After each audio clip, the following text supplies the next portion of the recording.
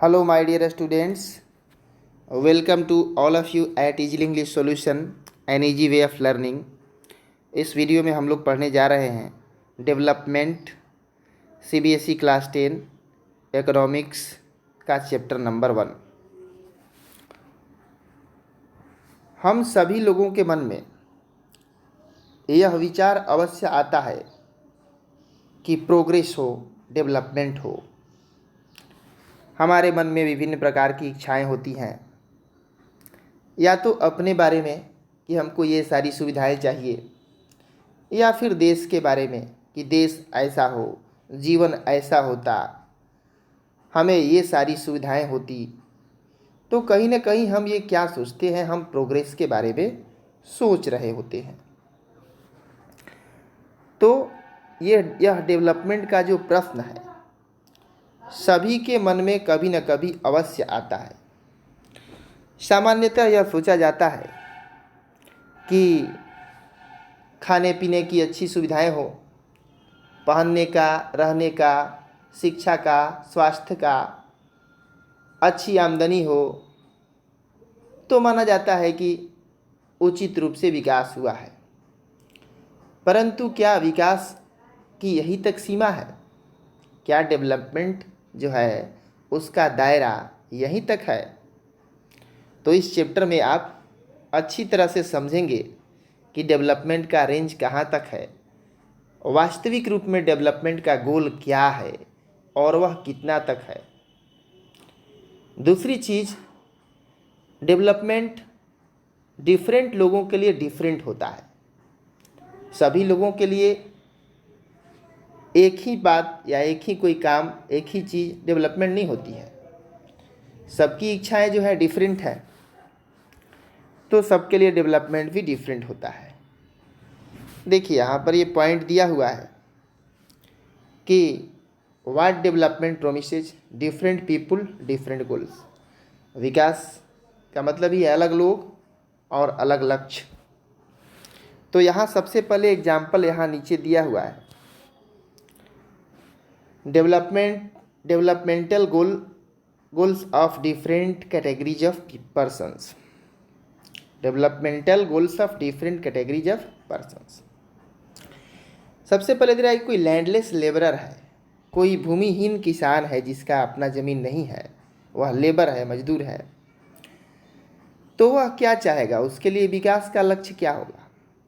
उसके लिए विकास का लक्ष्य यही होगा कि ज़्यादा से ज़्यादा उसे काम मिले, अच्छी मजदूरी मिले और गांव के ही स्थानीय स्कूल में उसके बच्चे पढ़ें, ऐसी सुविधा हो, और उसके साथ कोई सामाजिक भेदभाव यानी सोशल डिस्क्रिमिनेशन न हो, और वह भी गांव के राजनीति में भाग ले सके यदि कोई ऐसा अवसर मिले लीडर बनने का तो बन सके।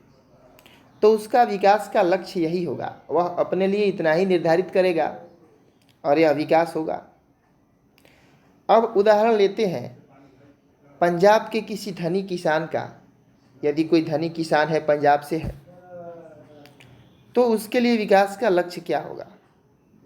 वह सोचेगा कि मेरे परिवार का इनकम ज़्यादा हो और खास करके मेरी जो फसलें हो रही हैं तो वह ज़्यादा दामों में बिके।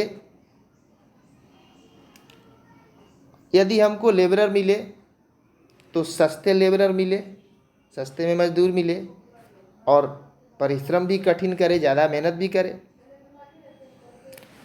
और वह अपने बच्चों को विदेश में रख सके। तो इस प्रकार का उसका लक्ष्य होगा। यहाँ यह भी कह रहा है कि किसी एक व्यक्ति के लिए विकास दूसरे व्यक्ति के विकास के लक्ष्यों को काटती भी है। उदाहरण के लिए आप देख रहे हैं कि यहाँ पर जो लैंडलेस लेबरर्स हैं, लैंडलेस लेबरर्स क्या देख रहे हैं? वो ये देख रहे हैं कि किस प्रकार से उनकी आमदनी बढ़ेगी, उनका इनकम क्या होगा, उनका इनकम इंक्रीज होना चाहिए, उसका ये लक्ष्य है। जबकि किसान क्या देख रहा है कि उसका जो इनकम है फसल के माध्यम से बढ़े, लेकिन जो लेबरर हो उनकी मजदूरी ज़्यादा न लगे, उनका कोई वेजेज जो है ज़्यादा ना हो, चीप लेबरर हो और काम भी ज़्यादा करे, हार्ड वर्किंग हो। जबकि लेबरर चाह रहा है कि हमारा मजदूरी ज़्यादा मिले, किसान चाह रहा है कि लेबरर सस्ता मिले। तो एक दूसरे के विकास के लक्ष्यों को काट रहे हैं। तो इस प्रकार डेवलपमेंट जो होता है, किसी एक के लिए विकास होगा तो दूसरे के लिए विनाश भी हो सकता है, या एक दूसरे का विकास अदर के लक्ष्यों को काट सकते हैं। यहाँ पे इकोनॉमिक डेवलपमेंट की बात कर रहा है। देखिए यहाँ पर साफ देख सकते हैं, लिखा हुआ है कि different person can have different development goals. अलग अलग लोगों के विकास के लक्ष्य अलग हो सकते हैं। वाट में be development for one may not be development for the other. यदि एक व्यक्ति के लिए जो विकास है दूसरे के लिए विकास नहीं हो सकता है। इट में even be destructive for the other, या दूसरे के लिए विनाशकारी भी हो सकता है। ठीक है, तो क्या क्या डेवलपमेंट के गोल्स हैं? कोई तो सोचता है कि इनकम बढ़ जाए तो वही डेवलपमेंट है, तो किसी की और भी इच्छाएं होती हैं। जाहिर सी बात है, इनकम ही सिर्फ डेवलपमेंट नहीं है। यदि आपके पास इनकम बढ़ा हुआ रहेगा तो उसके माध्यम से सारी चीज़ें कर सकते हैं। यदि आपके पास इनकम अच्छा हो तो उसके माध्यम से आप एजुकेशन पा सकते हैं, उसके माध्यम से अच्छा आप घर अपने लिए कर सकते हैं, उसके माध्यम से आप अच्छे कपड़े कर सकते हैं, उसके माध्यम से अच्छी गाड़ियां खरीद सकते हैं। ये सारी चीज़ें कर सकते हैं, अपनी हेल्थ फैसिलिटीज़ को जो है अवेलेबल कर सकते हैं। लेकिन कुछ ऐसी चीज़ें हैं जो सिर्फ इनकम बढ़ने से ही आप नहीं कर सकते हैं। अब यदि आपका इनकम चाहे कितना भी अच्छा हो, लेकिन यदि आप चाहें कि एक पोल्यूशन फ्री इन्वायरमेंट अपने लिए अवेलेबल कर लें तो यह संभव नहीं है। यानी जाहिर सी बात है, इसके लिए कुछ डेवलपमेंट की आवश्यकता होगी। यदि आपके पास इनकम ज़्यादा होने का लक्ष्य हो, परंतु उसके साथ साथ आप यह भी चाहेंगे कि आपको सोशल वैल्यू मिले, आपके साथ किसी भी तरह का डिस्क्रिमिनेशन ना हो, सामाजिक भेदभाव ना हो, तो यह भी मनुष्य जो है एक्सपेक्ट करता है।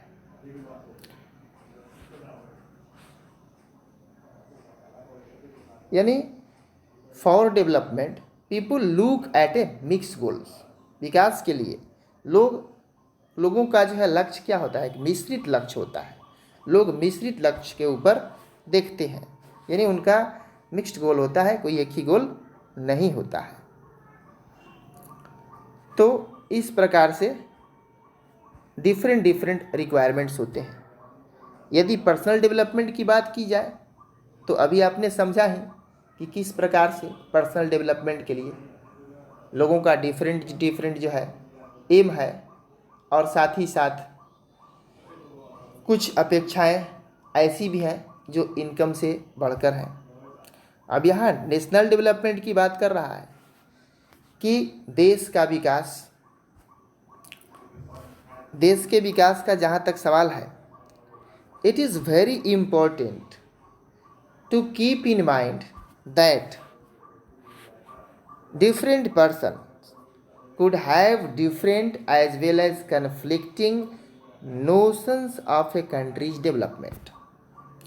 जहाँ देश के विकास का प्रश्न हो तो यह हमेशा ही ध्यान में रखना चाहिए कि अलग अलग लोगों का विकास का लक्ष्य अलग है और कहीं न कहीं कन्फ्लिक्टिंग है, यानी एक का लक्ष्य दूसरे के लक्ष्य से टकरा रहा है। जैसा कि हमने ऊपर ही बताया कि एक के लिए विकास दूसरे के लिए विनाश भी हो सकता है। यानी सबका, यदि एक कोई वर्क को डिटरमाइन करते हैं कि ये करने पर डेवलपमेंट हो जाएगा, तो सबके लिए वो यूजफुल नहीं होगा और उससे सबका विकास नहीं होगा। यदि आप नेशनल डेवलपमेंट कर रहे हैं तो आपको बहुत सारे क्वेश्चंस को ध्यान में रखना है, ज़्यादा से ज़्यादा लोगों के लिए वो इम्पोर्टेंट हो। कैसे जो है एक दूसरे के एम से कन्फ्लिक्ट ना करे, लेकिन कन्फ्लिक्ट तो करना ही है।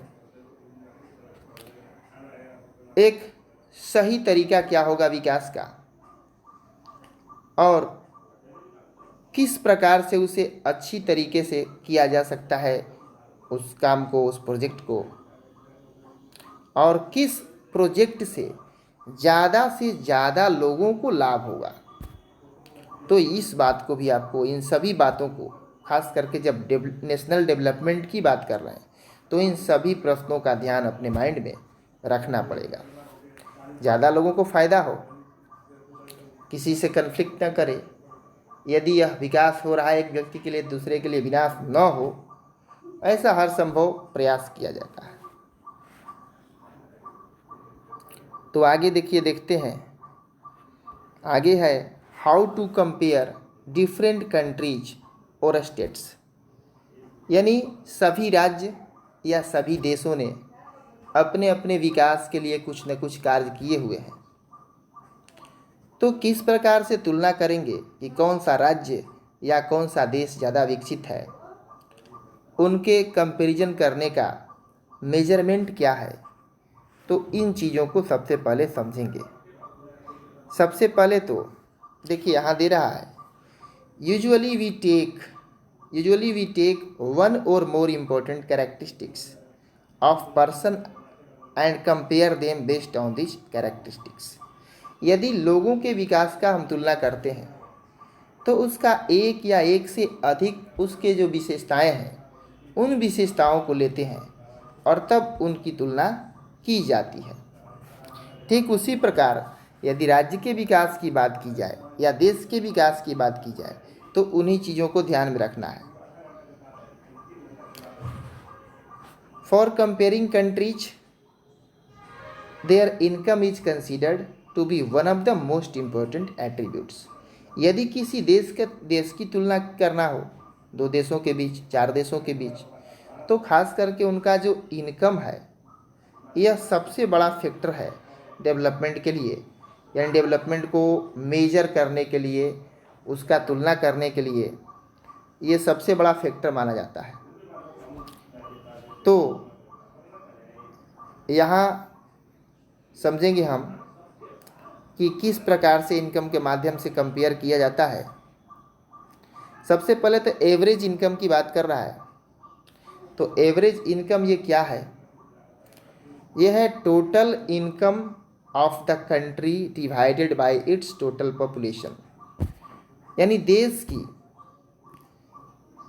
पूरी इनकम, पूरा देश एक साल में कितना कमाता है, और चाहे इसमें बड़े लोग हैं, यानी बहुत बड़े बिजनेसमैन भी हैं, एक गरीब भी है, एक मिडिल क्लास फैमिली भी है, तो सबका उसी में इनकम रहेगा। और उस टोटल इनकम को डिवाइड किया जाएगा नंबर ऑफ टोटल पीपुल। यानी टोटल इनकम है और टोटल इनकम कंट्री का, और उसको डिवाइड करेंगे टोटल पॉपुलेशन से, तो ये क्या हो जाएगा? ये हो जाएगा एवरेज इनकम। यह जो एवरेज इनकम है इसी को बोलते हैं per capita income. Per capita income यानी प्रति व्यक्ति आय, प्रति व्यक्ति आय। देखिए अब एक बहुत ही इम्पोर्टेंट यहाँ पे रिपोर्ट दिया हुआ है, वर्ल्ड डेवलपमेंट रिपोर्ट यहाँ पे दिया हुआ है कि यह वर्ल्ड बैंक निकालता है और डिफरेंट कंट्रीज़ का पर कैपिटा के बारे में एक तरह से मेजरमेंट दिया है। कह रहा है कि यदि जिस भी कंट्री का पर कैपिटा इनकम 12,056 अमेरिकी डॉलर हो, 12,056 अमेरिकी डॉलर हो, यूएस डॉलर हो पर एनम, यानी प्रत्येक वर्ष, साल भर में 12,056 अमेरिकी डॉलर यदि कोई कमाता हो किसी देश में, पर कैपिटा इनकम हो किसी देश का, तो वह कंट्री क्या माना जाएगा? वह रिच कंट्री माना जाएगा, धनी देश माना जाएगा। यह 2017 के मेजरमेंट के अनुसार 2017 का ही आंकड़ा है वर्ल्ड बैंक का। अब तो बढ़ गया होगा। और यदि किसी का per capita income 955 US dollar हो या उससे कम हो तो उसको कहा जाएगा लो इनकम कंट्री। अब भारत जो है, Bharat low middle income country के कैटेगरी में आता है, क्योंकि इसका पर कैपिटा इनकम 2017 के अनुसार 1820 यूएस डॉलर पर एनम है। यानी एक व्यक्ति, यहाँ एवरेज के अनुसार, एग्जैक्ट तो नहीं है, एवरेज ही है, एक व्यक्ति एवरेज उनके कमाने का 1820 यूएस डॉलर प्रति वर्ष है। तो इसलिए यह लो मिडिल इनकम कैटेगरी में है। और बाकी जो दूसरे जो देश हैं, वो जो छोटे छोटे देश हैं मिडिल ईस्ट के, the rich countries excluding countries of Middle East and certain other small countries are generally called developed countries. देखिए, जो धनी देश हैं और ख़ास करके मिडिल ईस्ट का देशों को छोड़ करके, मध्य पूर्व के देशों को छोड़कर या दूसरे छोटे देश हैं, डेवलप्ड कंट्री कहे जाते हैं। तो इस प्रकार से आपने इसको देखा कि किस तरह, यानी एवरेज इनकम के अनुसार देशों के बीच कंपेयर किया गया है। इनकम का दूसरा क्राइटेरिया यहाँ पे दे रहा है। देखिए, यहाँ पे पर कैपिटा इनकम इंडिया के सिलेक्टेड स्टेट्स का दिया है। 2015-16 का ये आंकड़ा है। हरियाणा का देख रहे हैं, केरला का और बिहार का देख रहे हैं। यानी हरियाणा का 1,62,034, केरला 1,40,190 और बिहार 31,454 है। तो यानी पर कैपिटा इनकम के अनुसार सबसे डेवलप स्टेट हो गया हरियाणा और सबसे पिछड़ा हुआ स्टेट हो गया बिहार। लेकिन सिर्फ इतना ही से डेवलपमेंट तय नहीं होता है। कहीं पर कैपिटा इनकम ज़्यादा हो लेकिन अन्य सुविधाओं का विकास नहीं हुआ हो तो वह राज्य डेवलप का श्रेणी में नहीं आता है। यहाँ पर और भी मेजरमेंट्स जो है निकाले गए हैं। देखिए, सबसे इम्पोर्टेंट इस चैप्टर का एग्जाम्पल है और सबसे अच्छा है। अब देखिए उसी आंकड़ा को, जैसे हरियाणा का इन्फेंट मोर्टेलिटी रेट दे रहा है 33, यहाँ का लिटरेसी रेट दे रहा है 82 और यहाँ का नेट अटेंडेंस रेशियो दे रहा है 61। तो इन चीज़ों को भी देखना है, इन्फेंट मोर्टेलिटी रेट और लिटरेसी रेट और नेट अटेंडेंस रेशियो।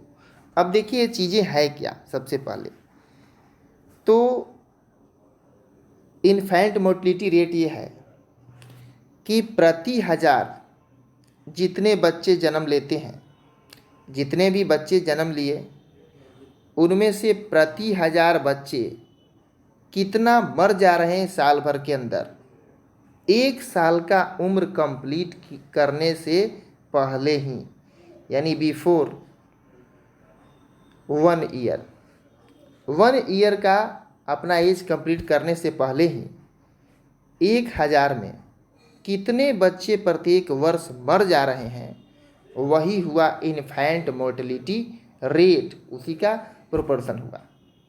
यानी कहने का मतलब जहाँ का इन्फेंट मोर्टेलिटी रेट ज़्यादा है तो समझिए कि वह राज्य क्या है, वहाँ पर स्वास्थ्य की सुविधाओं का अभाव है, हेल्थ का डेवलपमेंट नहीं हुआ है। जैसे देखिए यहाँ पे बिहार का ज़्यादा है, 38 सबसे ज़्यादा है, यानी यहाँ हेल्थ फैसिलिटी का डेवलपमेंट नहीं हुआ है। अब दूसरा चीज़ क्या है, लिटरेसी रेट। लिटरेसी रेट का मतलब है 7 वर्ष यानी 7 ईयर या उससे भी ऊपर एज ग्रुप के जो लोग हैं वो कितने लोग पढ़े हुए हैं।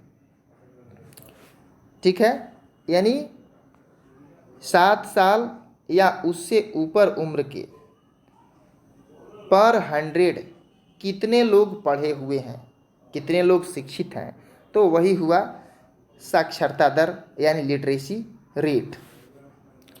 अब यहाँ पे एक नेट अटेंडेंस रेशियो भी दे रहा है, क्योंकि लिटरेसी रेट से केवल रियली एजुकेशन का डेवलपमेंट को मेजर नहीं किया जा सकता है।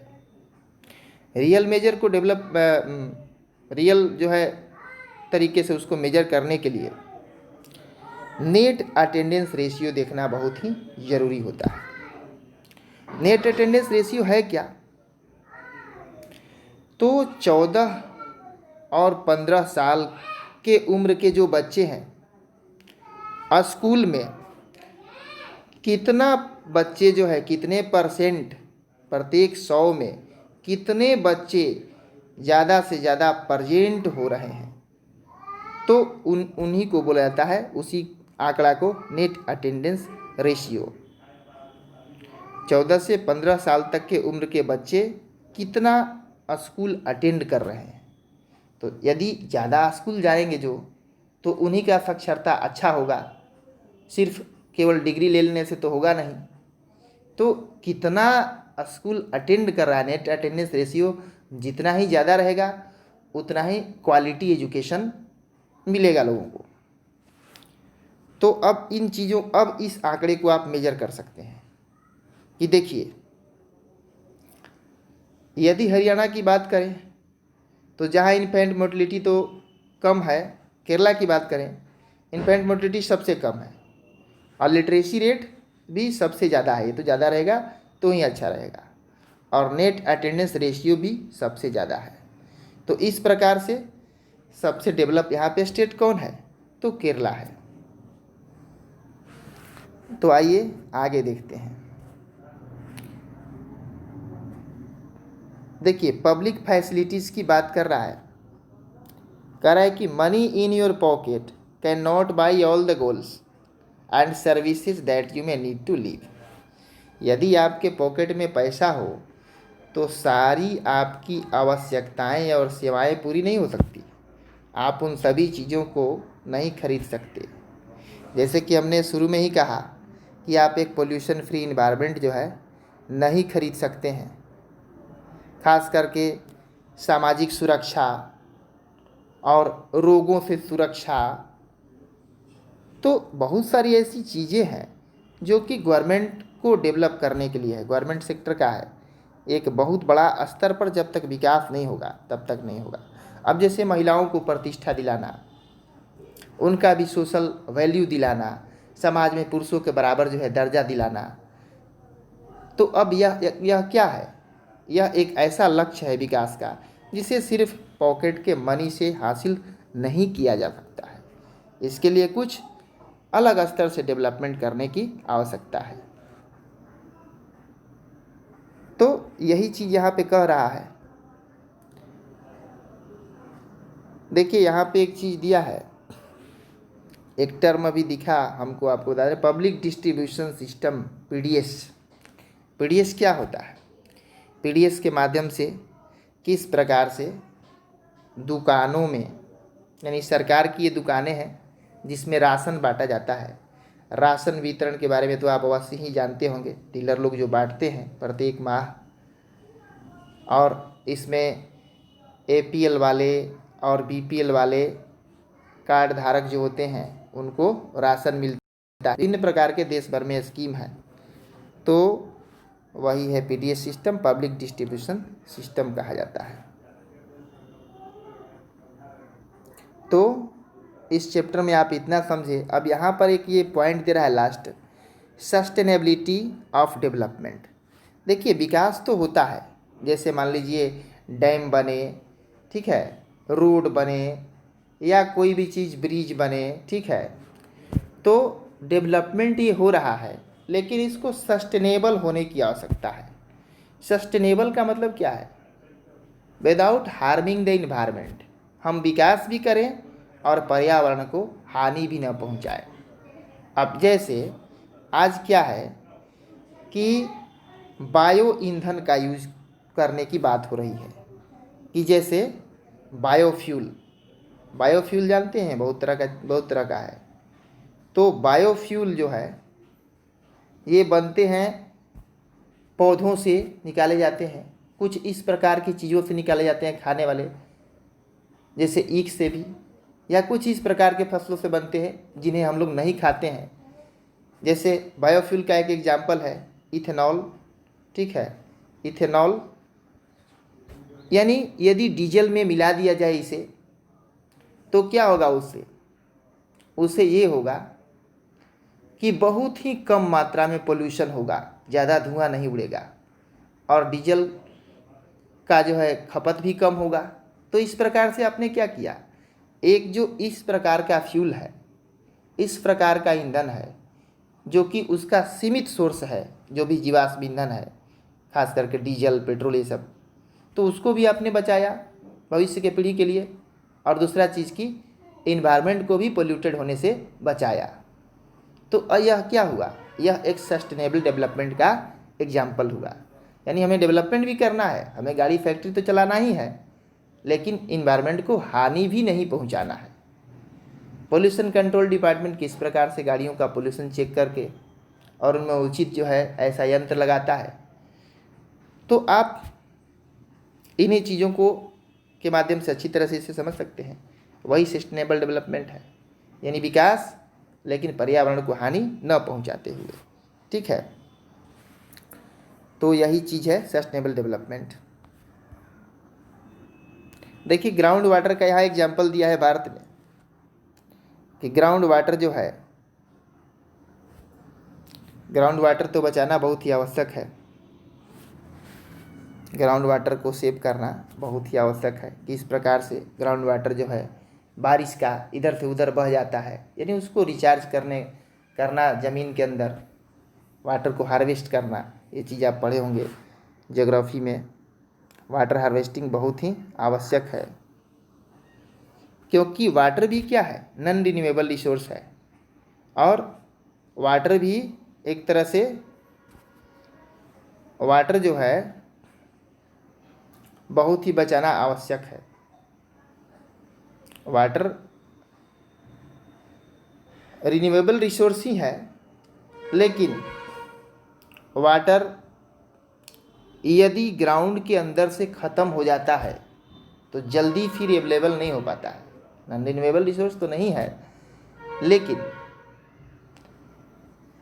जिन क्षेत्रों में हमेशा बारिश नहीं होती है या कम बारिश होती है, यदि उन क्षेत्रों का ग्राउंड वाटर को ज़्यादा खींच लिया जाए तो फिर उतना ग्राउंड के अंदर जाना, पानी का जमा होना इतना आसान नहीं है।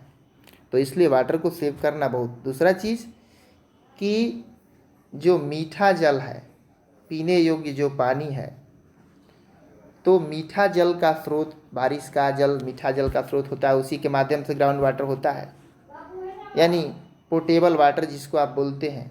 तो ये पोर्टेबल जो वाटर है, पोर्टेबल वाटर कम होता जा रहा है। सेलाइन वाटर तो ज़्यादा मात्रा में है समुद्र में, लेकिन उसको तो हम लोग पी नहीं सकते हैं। पोर्टेबल वाटर बहुत ही कम मात्रा में, वो भी पोल्यूटेड हो रहा है।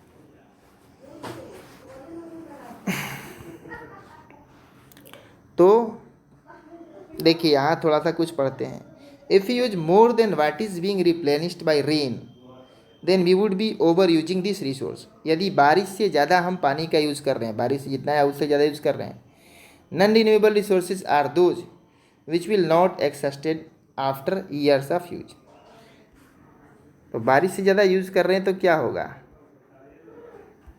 यानी वह समाप्त हो जाएगा जल्दी। नॉन रिन्यूएबल रिसोर्सेज वे होती हैं जो ख़त्म हो जाती हैं, साल ज़्यादा बीतेगा तो, ज़्यादा उसका यूज़ कीजिएगा तो ख़त्म होने के बाद वापस जल्दी नहीं आता है। देखिए नेचुरल रिसोर्सेज का एक्सहॉस्ट होने का यहाँ पे एग्जाम्पल दिया है। कितना मात्रा में रिजर्व है और कितना मात्रा में number of years reserve will last. देखिए मिडिल ईस्ट एशिया का जो क्रूड ऑयल का रिजर्व है 808 बैरल्स 70 साल तक में ख़त्म हो जाएगा। यूनाइटेड स्टेट्स ऑफ अमेरिका का 50 बैरल है, 10.5 ईयर में ही समाप्त हो जाएगा। पूरे वर्ल्ड का 1697 है और 50.2 ईयर्स में ही समाप्त हो जाएगा। यानी जिस रफ्तार से यूज हो रहा है उस रफ्तार से। तो इस तरह यह चैप्टर कंप्लीट हो गया, इससे ज़्यादा कुछ इसमें नहीं है। तो देखने के लिए वीडियो को बहुत बहुत धन्यवाद। आगे भी आप देखते रहें इजीली इंग्लिश सॉल्यूशन, और ऐसे ही आपके लिए हम नेक्स्ट चैप्टर का वीडियो लेकर आएंगे इस पर। यदि आपको किसी भी तरह का रिक्वायरमेंट हो, किसी चैप्टर से कंसर्न यानी क्वेश्चन हो या कहीं पर समझ में न आए, तो आप कमेंट में हमें डाल सकते हैं। उससे कंसर्न रिप्लाई या वीडियो हम ज़रूर बनाएंगे। यदि कुछ आपको सजेस्ट करना है तो अवश्य सजेशन दे सकते हैं, उसको एक्सेप्ट किया जाएगा।